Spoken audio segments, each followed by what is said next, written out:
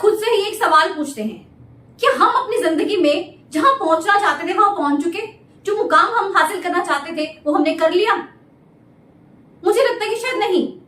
अभी तो हमने कोई गोल ही सेट नहीं किया, कोई हमने लक्ष्य निर्धारित ही नहीं किया। उसे अचीव करना तो दूर की बात है, अभी तो हम चलना शुरू ही नहीं हुए हैं। हम सिर्फ बोलते हैं, हम करते नहीं है। ये हमारी फितरत है। हम बहुत कुछ सोचते हैं, बड़ा कुछ बोलते हैं, मगर करते तो कुछ भी नहीं है।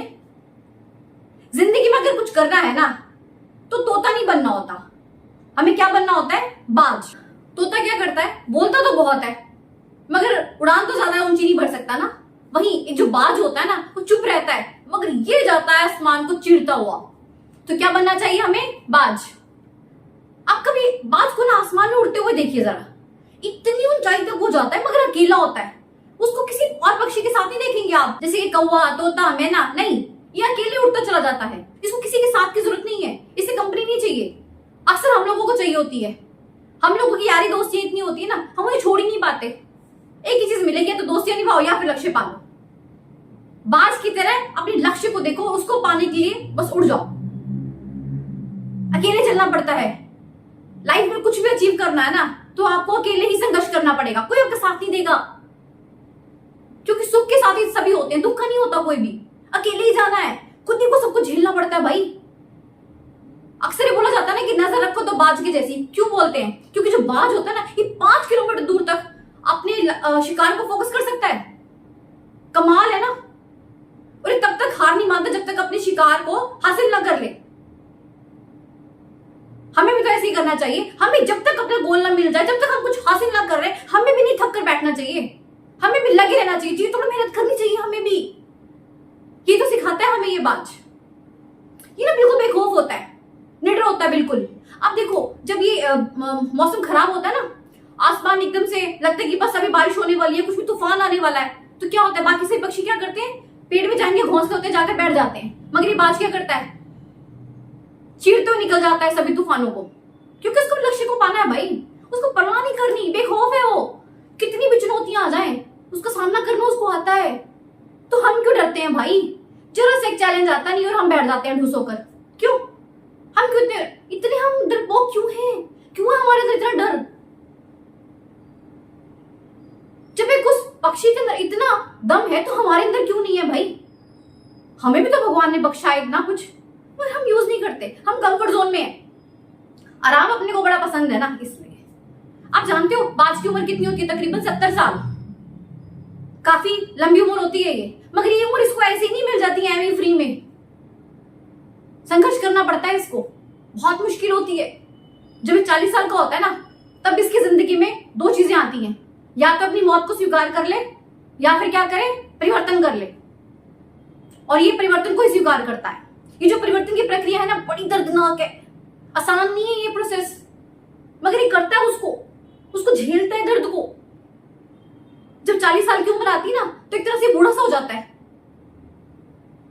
इसके जो पंख होते हैं ना वो बहुत भारी हो जाते हैं और उसकी छाती से चिपक जाते हैं, ये उड़ नहीं पाता। फिर जो इसकी तीखी लंबी सी चोंच होती है ना ये मुड़ जाती है, और जिसके पंजे होते हैं जो इतने नुकीले, इतनी उनकी तो ग्रिपिंग होती है वो खत्म हो जाती है, लचीलापन आ जाता है, ग्रिपिंग नहीं बन पाती, शिकार करने के लायक नहीं रहता फिर ये। और जब शिकार नहीं करेगा तो क्या खाना, क्या कैसे जिएगा? मगर ये क्या करता है? खुद को फिर से उठाता है कि नहीं मुझे जीना है, मुझे अभी और बहुत साल जीना है। परिवर्तन। अब इस परिवर्तन में होता क्या है? ये पहाड़ की ऊंची चोटी पर जाकर अपना घोंसला बनाकर बैठ जाता है। ठीक है, अब क्या करता है? जो इसकी चोंच है ना इसको चट्टान पर मारता रहता है, तब तक मारता है जब तक लहूलुहान होकर वो टूट ना जाए। क्यों? ताकि नई चोंच आए। नई चोंच का इंतजार होता है भाई। फिर नई चोंच आती है, अब क्या होता है? अब अपने पंजों को उखाड़ता है ताकि नए पंजे आए। फिर ये अपने पंखों को उखाड़ फेंकता है ताकि नए पंख आए। और इन चीजों को करते करते ना उसको 5 मिनट लग जाते हैं। पेशेंस देखो ना इसकी, हमारे अंदर है धेले की पेशेंस नहीं। यूं चुटकियों में हमारी पेशेंस खत्म। कहीं के कहीं कुछ के कुछ बन जाते हैं हम तो। Really shocking. 5 मिनट कम टाइम नहीं होता, मगर इसमें धैर्य देखो कितना ज्यादा है भाई। उसके बाद ये फिर से अपने पंखों को फैलाकर उड़ने के लिए तैयार। तो क्या सीखने को मिलता है हमें? हमें भी चुनौतियों का सामना करना चाहिए ना। कुछ कुछ भी हो जाए डरना नहीं है, आ तो गई है सामने, लड़ दो। आर्या पार की कहानी तो है ये। फिर परिवर्तन बहुत जरूरी है, खुद में चेंज लाना बहुत जरूरी। जब तक खुद को चेंज नहीं करोगे ना, कुछ भी हासिल नहीं कर पाओगे। बाद में तो खुद को चेंज करता है ना, एक नई जिंदगी मिल जाती है ना उसको। ऐसे ही अगर हम भी अपनी जिंदगी में चेंज ले आए ना, बहुत कुछ बदल जाएगा, बहुत कुछ। मगर हम ना इस तरह से सोचते ही नहीं है। जो चल रहा है ठीक है, यही लिखा था किस्मत में, अब वही मिलेगा, और ज्यादा की इच्छा नहीं है। ऐसा नहीं है, आपको बहुत आगे तक जाना है, अपने लक्ष्य को पाना है। सोचो भाई, ऐसे बैठे बैठे कुछ नहीं होता, स्ट्रगल तो करनी पड़ती है, मेहनत तो करनी पड़ती है, ठीक है ना। अब देखो ना, बात खुद को कितना कष्ट देता है, क्या हम दे पाते हैं? नहीं। थोड़ी सी दुख आ जाए, थोड़ी सी तकलीफ हो जाए, हमारी टैंडा हो जाती है। नहीं, लगे रहो, लगे रहो, आज नहीं तो कल फल तो जरूर मिलेगा। ऐसा तो होता नहीं है कभी, मेहनत तो कर ली अगर जिस इंसान ने, उसको फल जरूर मिलेगा, वो सक्सेसफुल जरूर होगा। तो लाइफ में ना बाज के जैसा जज्बा रखो, जिंदा दिल बनो, चुनौतियों का सामना करो, आगे बढ़ते जाओ बस। और हमेशा यही सोचो कि मुझे और आगे जाना है, और मुकाम हासिल करना है, बस यही एक चीज चाहिए, बस हौसला बुलंद।